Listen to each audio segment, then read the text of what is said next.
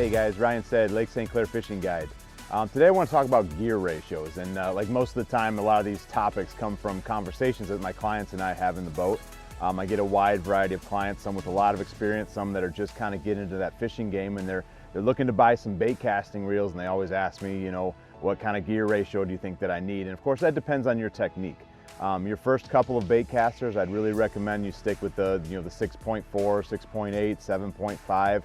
Something in that range is very versatile, but if you get a couple of bait casters, you might want to start thinking about getting a little bit more specific with your techniques, and that's where those higher speed reels can come in. If you Google real quick, you know, what should I use a higher speed bait caster for? The first thing that's going to come up is worms and jigs and Carolina rigs and things like that, and those are great applications for higher speed reels where you're using the rod to move the bait instead of the reel. But I want to give you two more today that are great applications for high-speed reels, and that would be Topwaters and soft plastic jerk baits. It's June up here in Michigan right now as we're making this video, and it's getting time for these baits. I know down south you guys are already fishing really deep, but up here in Michigan, Topwaters, soft jerk baits, getting into that post-spawn phase, these are great baits to be throwing right now, and a high-speed reel is great for these. Soft jerk bait like the caffeine shad, I've got an 8.5 Lew's Hyper Mag on that one, and then Strike King Sexy Dog, I've got the Tournament MB 8.5 on this one as well. I'll give you three reasons for that. Actually, we'll make it four reasons for throwing it. Three of them have to do with efficiency. The first is, a lot of times, as you probably know, the fish miss these baits a lot, and we feel them, and you may even feel them bite, and you set the hook and it just kind of comes away. What the high-speed reel allows you to do is get that bait back in very quickly and get it right back in the same spot. And you stand a very good chance of catching that fish. As long as you didn't sting them, if you just missed the bait, you get a very good chance of catching that fish again if you can get the bait back in there quickly. A high-speed reel allows you to do that.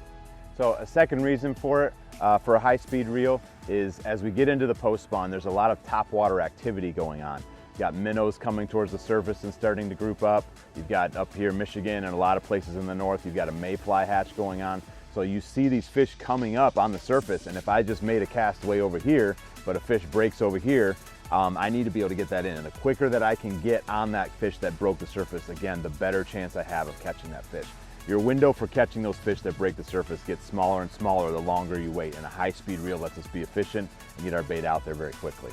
A third reason is, and this is really for clear water, is when I throw a bait out there like a topwater or a fluke, I only work that bait about halfway back to the surf, or halfway back to the boat, because I can actually see behind that bait in the clear water and tell that there's no fish there. In which case I want to get that back in as quickly as I can so I can make another cast. So the first three reasons for using the high-speed reel are all to do with efficiency, being able to get your bait in very quickly, and being able to get it back out there. Now, the fourth reason for using a high-speed reel is control. In these particular applications, there's a lot of times a lot of slack in the line. In fact, you should fish these with a lot of slack in the line. It helps them to walk better, to dart better, and things like that. The problem with slack in the line, of course, is when a fish hits it, we need to catch up and get in control. And again, a high-speed reel is going to allow you to do that. So it's all about control on that fourth reason. I can catch up to the fish quicker. I can get to the fish.